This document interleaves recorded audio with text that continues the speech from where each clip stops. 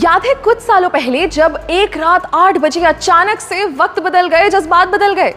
कितने टाइम तक हमें एटीएम के बाहर लंबी लंबी कतारों में खड़ा होना पड़ा, नोट्स बदलने के लिए बैंक्स के चक्कर लगाने पड़े क्योंकि 500 और 1000 के नोट्स बंद हो गए थे।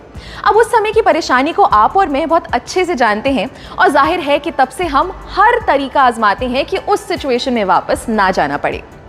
मगर अगर उस समय हम ब्लॉकचेन टेक्नोलॉजी यूज कर रहे होते तो शायद उतना नुकसान नहीं सहना पड़ता। नमस्कार, स्वागत है आपका जी के डिजिटल शो पर। मैं हूं पलक यादव और आज हम बात करेंगे क्रिप्टो करेंसी के एक बहुत अहम पहलू पर जिसका नाम है ब्लॉकचेन।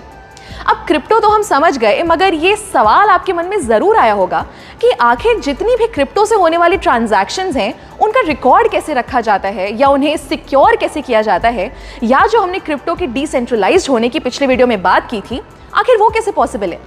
इस सब का एक ही जवाब है ब्लॉकचेन। ब्लॉकचेन एक बड़ा सा बटा हुआ डेटाबेस है जो हजारों लाखों कंप्यूटर्स पे शेयर्ड होता है और ये सारे कंप्यूटर्स आपस में कनेक्टेड होते हैं।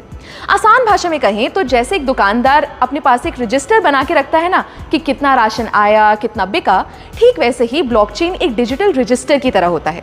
अब वैसे तो ब्लॉकचेन का कई सेक्टर्स में इस्तेमाल हो सकता है, मगर ये हाल ही में सबसे ज्यादा पॉपुलर हुआ क्रिप्टो करेंसी से होने वाली ट्रांजैक्शंस के लिए। वैसे तो ब्लॉकचेन एक एक्सपेरिमेंट के तौर पर 1991 में आया था, मगर इसका इस्तेमाल शुरू हुआ 2009 में जब बिटकॉइन आया। जी हाँ, कुछ सुना सुना लगा।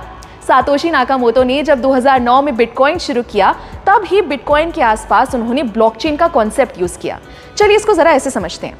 फर्ज कीजिए आपने बिटकॉइन से कुछ खरीदा या बिटकॉइन खरीदा, तो ये जो ट्रांजैक्शन हुई, ये इंफॉर्मेशन एक ब्लॉक के फॉर्म में बन के सेव हो गई। फिर आपने उस बिटकॉइन को बेचा तो फिर से एक ब्लॉक बन गया।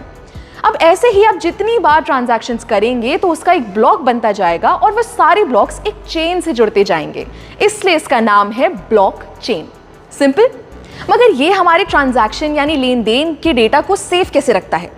हर एक ब्लॉक की अपनी एक आइडेंटिटी होती है। जैसे आप और मेरा फिंगरप्रिंट कभी सेम नहीं हो सकता, वैसे ही हर ब्लॉक को एक की मिलती है जो उसकी अपनी होती है और सबसे अलग होती है।